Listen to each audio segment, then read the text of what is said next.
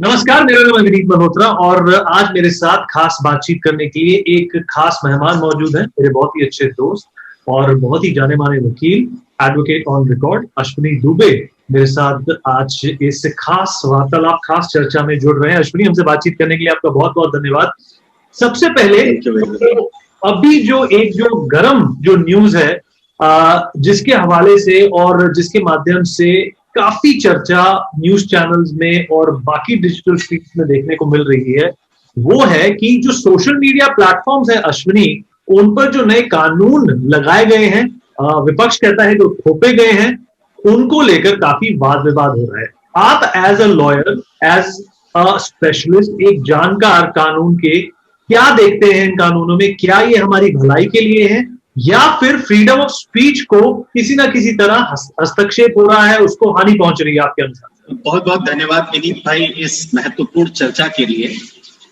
मैं विनीत भाई दो बातों की तरफ सबसे पहले, चूंकि जिस संविधान के अनुच्छेद का और समय समय पर जो supreme court custodian of constitution है उसने व्याख्या किया right of freedom of speech और एक्सप्रेशन को वहां से शुरू करूंगा। भारतीय संविधान का अनुच्छेद 19(1)(a) कहता है कि freedom of speech and expression हर व्यक्ति का एक मौलिक अधिकार है, फंडामेंटल राइट। लेकिन उसी के साथ 19(2) भारतीय संविधान का कहता है कि वो जो फंडामेंटल राइट है, मौलिक अधिकार है, आपको रीजनेबल रिस्ट्रिक्शंस, संयम के साथ आएगा। अब दूसरी बात, समय समय पर सुप्रीम कोर्ट ने कहा कि मीडिया की आजादी ऑब्सोल्यूट है। उस समय तक ये ओटीटी प्लेटफॉर्म्स और इंटरमीडियरीज यहां नहीं है। जो हमारे मीडिया हाउसेस देश में रन कर रहे हैं वो already Indian government, Indian companies के रजिस्टर्ड थे और एमिनेबल थे इंडियन लॉ को। अब जब फॉरेन कंपनीज, फॉरेन एंटिटीज और बिग जाइंट्स ने देश में व्यापार करना शुरू किया तो वो कंपनी सबकी सब रजिस्टर्ड थी देश के बाहर। तो उनकी जो अकाउंटेबिलिटी थी कंपनीज एक्ट के मुताबिक, उनकी जो अकाउंटेबिलिटी थी टैक्सेशन के मुताबिक, या उनकी जो अकाउंटेबिलिटी है कानून और व्यवस्था को मानने के लिए, वो इस देश के लिए कम रही। ऐसी परिस्थितियों में जब भारत के नक्शे को लेह से अलग करके चाइना का पार्ट दिखाना, अगर लेह को हम करें, दूसरा जब कश्मीर को भारत का अंग नहीं बताना, तीसरा जब 2019 में जो सिख फॉर जस्टिस एक टेररिस्ट ऑर्गेनाइजेशन है उसका चीफ कनाडा में बैठ करके गुरुपरवंत सिंह पन्नू जेनोसाइड की बात करे, कश्मीर रेफरेंडम की बात करे, खालिस्तान रेफरेंडम की बात करे, तो उसको ट्विटर जैसे प्लेटफॉर्म्स के द्वारा प्रमोट करना और उसके मार्फत से पैसा कमाना। और उसके बाद समय समय पर विनीत भाई जब टेरर मार्च हुआ 26 जनवरी को, आईएसआई के इशारे पर बहुत सारे जो ट्विटर हैंडल्स है उनको ऑपरेट करना, बनाना, और रिजल्ट क्या हुआ? तो एक देश में एक कानून की आवश्यकता ऐसी पड़ी जो कानून ये जो आईटी इंटरमीडियरी है उनको रेगुलेट करे, उनको एमिनेबल करे देश के लिए। अश्विनी, ये जो सारा बवाल है ये तब शुरू हुआ जब संबित पात्रा ने एक टूल किट को ट्विटर पे फ्लैग किया था और उसको मैनिपुलेटेड डेटा बना दिया गया था। ट्विटर का ये मानना है कि जब हमने अपने राष्ट्रपति को नहीं बख्शा, डोनाल्ड ट्रंप ने ऐसी उल्टी सीधी बातें करी, हमने उनको ट्विटर से हटा दिया, कंगना रनौत को हटा दिया, तो संबित पात्रा क्या चीज है? जो ट्विटर की जो नीति है या उनका जो नजरिया है इस पर, वो ये कहता है कि जो काम गलत है वो गलत है। हम ये नहीं देखते कि कौन रूलिंग पार्टी में से है, कौन ऑपोजिशन पार्टी में है। ये ट्विटर कह रहा है कि हमें सबक सिखाने के लिए ये कानून हम पर थोपा जा रहा है। अभी तक तो सब कुछ ठीक था। जी बिल्कुल विनीत भाई, ये बहुत महत्वपूर्ण प्रश्न आपने कहा। जब देश में जिस समय एक मेडिकल क्राइसिस था, मेडिकल इमरजेंसी थी और देश में लोगों को एक साथ मिल करके उससे फाइट करना था, ऐसे समय पर एक प्री प्लान डिजाइन मैनिपुलेटिव एजेंडे के तहत एक टूल किट बनाई जाती है और देश के तमाम एक आइडियोलॉजी के मानने वाले लोगों के पास पहुंचाई जाती है। क्यों? क्योंकि दुनिया भर में देश का नाम बदनाम, क्योंकि वो उनका एजेंडा प्राइम मिनिस्टर, प्रेसिडेंट या नहीं, इससे क्या है, इंडिविजुअल को टारगेट करें। क्योंकि प्राइम मिनिस्टर कोई व्यक्ति नहीं होता है, प्राइम मिनिस्टर एक पद होता है और आप उसको अगर उसकी गरिमा को धूमिल करने के लिए एक प्लान वे में काम करते हैं, तो वो जब हाथ बातें लगी तो संबित पात्रा जी निश्चित तौर पर इस देश की रूलिंग पार्टी के स्पोक्स पर्सन, उन्होंने उस एजेंडे को डिस्क्लोज किया और उसको डिस्क्लोज करके अब इंटरमीडिएट होने के नाते यहाँ जो सेंस ऑफ रिस्पॉन्सिबिलिटी की बात आती थी वो आती थी एज इट इज उसको वो करते, पब्लिश करते जो ट्रुथ था, क्योंकि पुलिस और इन्वेस्टिगेटिंग एजेंसी जो उसकी जांच कर रही थी वो वहां मैनिपुलेटेड मीडिया लिखा। तो एक तो यहाँ बात थी। दूसरी बात, बड़ा आपने महत्वपूर्ण प्रश्न पूछा कि जब कैपिटल हिल में वायलेंस होता है तो देश के सबसे ताकतवर उस समय के जो राष्ट्रपति हैं उनका ट्विटर अकाउंट ब्लॉक कर दिया जाता है। लेकिन एक ड्यूअल पॉलिसी है, ये जो ड्यूअल पॉलिसी है इसकी अमेरिका के लिए, यूके के लिए, चाइना के लिए, ऑस्ट्रेलिया के लिए, सिंगापुर के लिए अलग कानून है और भारत देश में भारतीय संविधान के अनुच्छेद 19(1) का हवाला देते हुए एक ट्विटर का दूसरा कानून है। जब भारत सरकार ने, विदित भाई हम लोगों ने डिस्कशन भी किया था, जब एक भारत सरकार ने कहा कि ये ट्विटर हैंडल्स प्रमोट किया इन्होंने एनार्की, पैनिक, और रिजल्ट क्या हुआ कि ये ट्विटर हैंडल्स के मार्फत जो न्यूज चली, कहां से चली कि जो सिख फॉर जस्टिस का एक सपोर्टिंग ऑर्गेनाइजेशन था जो इस देश में उस मूवमेंट को खालिस्तान समर्थकों के साथ मूव कर रहा था, उसके साथ प्रमोट करके 26 जनवरी जो देश में लाल किले पर जाकर के जिस तरह से इन लोगों ने उपद्रव मचाया उसको उन्होंने प्रमोट किया। तो निश्चित तौर पर हमारे देश की सिक्योरिटी एजेंसीज ने उसको इन्वेस्टिगेट किया तो पाया कि ये ट्विटर हैंडल्स जो बनाए गए वो ट्विटर ने देश के बाहर के जो देश विरोधी ताकतें उनके इशारे करते हैं। मैं दो प्रश्न पूछना चाहूंगा, क्या अकाउंटेबिलिटी किसी भी इंटरमीडियरी की या सोशल मीडिया प्लेटफॉर्म की इस देश के लिए नहीं है कि देश का इंडियन पीनल कोड कहता है कि अगर आप सोसाइटी में रिफ्ट पैदा करेंगे तो आपके खिलाफ एक्शन होगा, अगर आपके किसी पब्लिश करने से, किसी को प्रमोट करने से, कंटेंट को भड़काने से समाज में अगर दुर्भावना पैदा होती है, समाज में रिफ्ट पैदा होता है या लोग आपस में लड़ते हैं तो आपकी अकाउंटेबिलिटी होगी।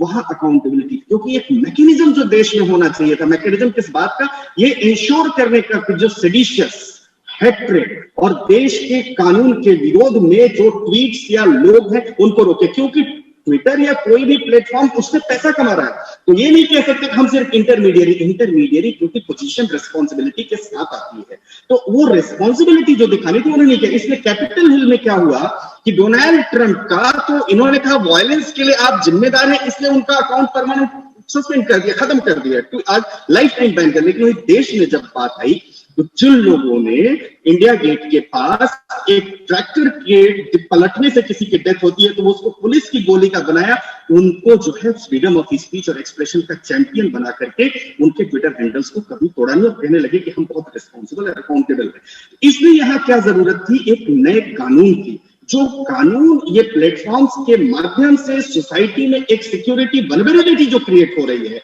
और क्रिमिनल एलिमेंट्स जो इसको सर्कुलेट कर रहे हैं, अपने उसको मिस इंफॉर्मेशन भेज रहे हैं या एनकरेज कर रहे हैं टेररिस्ट एक्टिविटीज को। तो मेरे भाई थोड़ा सा और मैं यहाँ डिटेल में कहना चाहूंगा कि 370 के एब्रोगेशन से पहले इसी व्हाट्सएप के माध्यम से जो टेररिस्ट होते थे कश्मीर में या घाटी में चलते थे, वो मैसेज इंफॉर्मेशन चारों तरफ करते थे। क्यों? क्योंकि उस समय का व्हाट्सएप की अकाउंटेबिलिटी जिस देश के कानून के लिए होती तो वो एंड टू एंड इंक्रिप्शन के बजाय उसको जो है शेयर करता सिक्योरिटी एजेंसीज को। रिजल्ट क्या होता था कि वो टेररिस्ट टेरर करके और निकल जाते थे। दूसरा जो साइबर अटैक्स होते हैं, साइबर अटैक्स पर पोर्नोग्राफी जो दिखाई जाती है, चाइल्ड अब्यूज के मामले दिखाए जाते हैं और ये सब चैंपियन बनके एक न्यूज कहां से जाती है वहां दूसरी तरफ उसको सर्कुलेट करते थे। इसलिए गवर्नमेंट ने कहा कि हमें आपके ओरिजिनेटर का नाम चाहिए अगर कोई भी कंटेंट वायलेटिव हुआ इस देश के कानून के खिलाफ तो। और मैं समझता हूँ विनीत भाई वो हम सबकी अकाउंटेबिलिटी है। हम लोगों से भी कभी गवर्नमेंट ने या किसी ने पूछा कि आपको इसका डिस्क्लोज करना है तो डिस्क्लोज करने में तो करना पड़ेगा। अच्छा, तीसरी बात, एक सुप्रीम कोर्ट की कॉन्स्टिट्यूशन बेंच की 9 जजेस की जजमेंट है के.एस. मुत्तुस्वामी।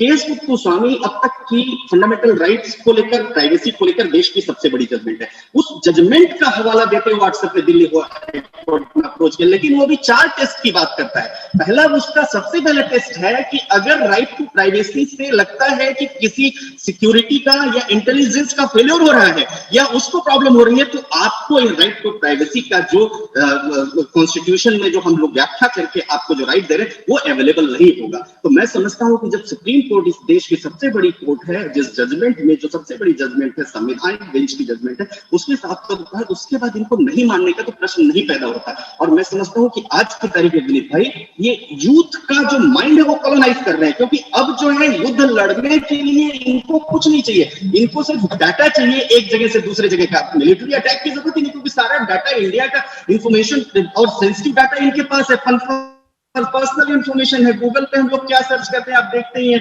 किस तरीके से सारा ई बैंकिंग सब कुछ उनके पास है, तो वो डिस्ट्रॉय ना हो, इसलिए एक आवश्यकता थी कि इस देश में आईटी रूल्स बने जो रेगुलेट करें। अश्विनी, इस कानून को लेकर, इस पूरी समस्या को लेकर कुछ डिट्रैक्टर्स भी हैं। कुछ लोग ये भी कह रहे हैं कि सरकार अगर इतनी ही सख्त हो जाएगी फॉरेन कंपनीज के साथ तो भारत में निवेश नहीं होगा, ये प्रोटेक्शनिज्म का एक हिस्सा बन जाएगा और उसमें प्रॉब्लम होगी। और दूसरी तरफ कुछ लोग ये कहते हैं कि अगर ट्विटर, फेसबुक, गूगल और बाकी सारी एप्स को अगर हम नदारद करते हैं तो जैसे पब्लिक ऐप है या हु ऐप है, इनको प्रोत्साहन मिलेगा। आप किस तरफ हैं? देखिए, मैं हमेशा से, जब देश हमारा समृद्ध तब होगा जब स्वदेशी प्लेटफॉर्म्स इस देश में बढ़ेंगे, जब इंडियन ओरिजिन के बनाए हुए, इंडिया के बनाए हुए प्लेटफॉर्म से इंडस्ट्रीज ग्रो करेंगे। अब दूसरा जो एक आर्ग्यूमेंट है इनका विनीत भाई, वो बड़ा ही आर्ग्यूमेंट तथ्यात्मक नहीं है, उसमें कोई जरा सी भी सच्चाई नहीं है। जो कहते हैं कि इन्वेस्टमेंट नहीं होगा,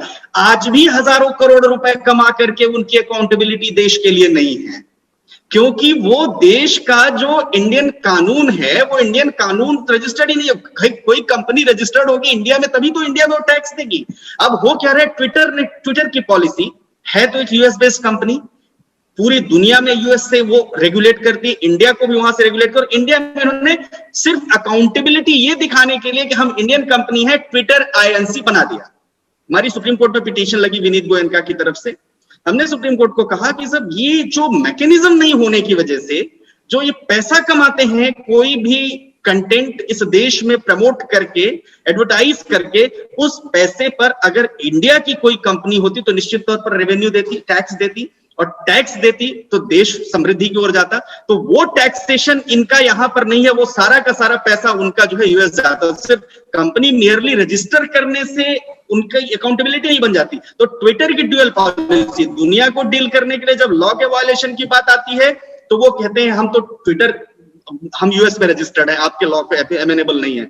और जब बात ऐसी आती है नहीं आप जब बिजनेस कैसे करो, कह रहे हैं हम ट्विटर आईएनसी है, लेकिन पैसा वो कहीं नहीं। एक डाटा मैं बताऊंगा, उस डाटा में आया कि पिछले 3 सालों में हजारों करोड़ रुपए ट्विटर ने इस देश से कमाया, क्योंकि 100 करोड़ लोगों का यूजर बेस होना दुनिया के लिए बहुत बड़ी, सबसे बड़ी चीज है कि 100 करोड़ लोग किसी भी हैंडल को यूज कर रहे हैं तो कितना उनके पास मार्केट है। और इसलिए मैं कहता हूं कि जो इंटरमीडिएरी गाइडलाइंस हैं, वो इंटरमीडिएरी गाइडलाइंस सिर्फ इतना कह रही है कि अगर लॉ का वायलेशन हो रहा है तो आप ओरिजिनेटर का नाम बताइए। क्यों ओरिजिनेटर का नाम बताइए? Because it is needed for identification for the violator. उसका चाहिए, क्यों चाहिए? प्रिवेंशन करने के लिए, डिटेक्शन करने के लिए, इन्वेस्टिगेशन करने के लिए, प्रोसिक्यूशन करने के लिए और पनिशमेंट करने के लिए, अगर कोई offence sovereignty and integrity of India के अगेंस्ट है। तो मैं समझता हूं कि इसमें क्या बुराई है। एब्सोल्युटली, बिल्कुल सही कहा आपने। और ट्विटर का ये जो दोगलापन है, इसकी वजह से नुकसान सिर्फ ट्विटर को ही होने वाला है, क्योंकि ऐसा नहीं हो सकता कि प्लेटफॉर्म एक ही रहे और उसके जो एक तरह से कानून है और उसके जो एक तरह से चलाने के जो तरीके हैं, जो पहलू हैं, वो देश को देखकर आप बदलते रहे। अश्विनी दुबे, तुमसे बातचीत करने के लिए, अपना वक्त निकालने के लिए आप बहुत बहुत थैंक यू विनीत भाई, थैंक यू।